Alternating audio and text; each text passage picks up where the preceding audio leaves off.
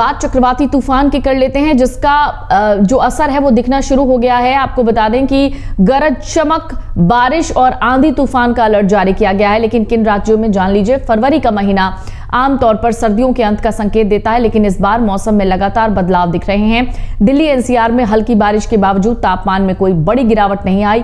दोपहर के समय तेज धूप निकलने से गर्मी का एहसास हुआ। वहीं उत्तर भारत के कई हिस्सों में बारिश और तेज हवाओं की चेतावनी जारी की गई। मौसम विभाग ने कश्मीर के ऊंचाई वाले इलाकों में बर्फबारी की संभावना जताई है। दिल्ली में गुरुवार सुबह हल्की बारिश हुई, लेकिन इसका तापमान पर कोई असर नहीं हुआ।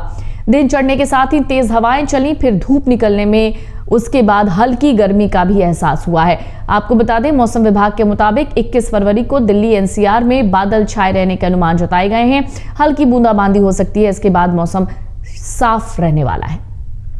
अधिकतम तापमान 26 से 29 डिग्री सेल्सियस है। न्यूनतम तापमान 10 से 14 डिग्री सेल्सियस है और 25 फरवरी तक आंशिक रूप से बादल छाए रहने के अनुमान भी जताए गए हैं।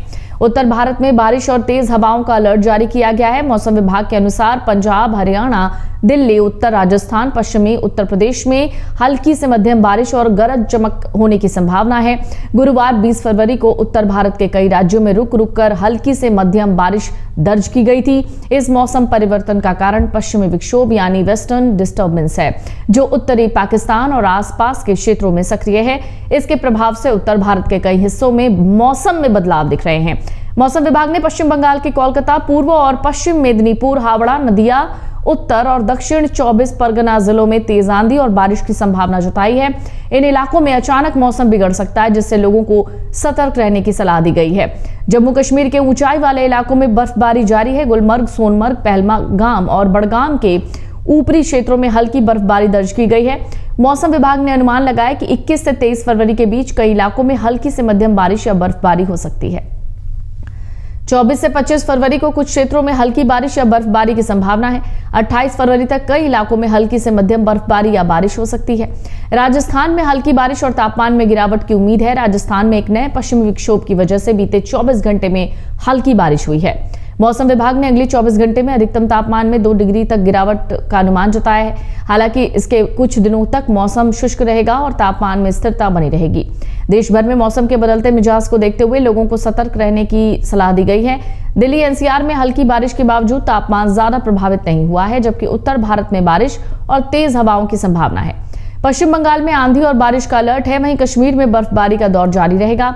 राजस्थान में तापमान में हल्की गिरावट देखी जा सकती है। अगले कुछ दिनों तक मौसम में उतार चढ़ाव जारी रहेगा।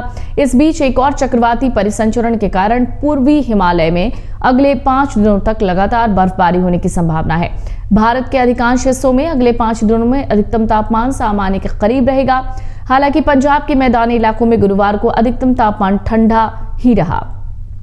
देश के अधिकांश हिस्सों में रात का न्यूनतम तापमान सामान्य से ऊपर रहेगा, विशेष रूप से राजस्थान, आसपास के क्षेत्रों और पूर्वी भारत में शुक्रवार की रात, जहां तापमान सामान्य से 4 डिग्री से 8 डिग्री अधिक रहने की उम्मीद है। दिल्ली में 20 फरवरी को कई इलाके में हुई हल्की बारिश के बाद तापमान में 1 से 2 डिग्री की गिरावट है।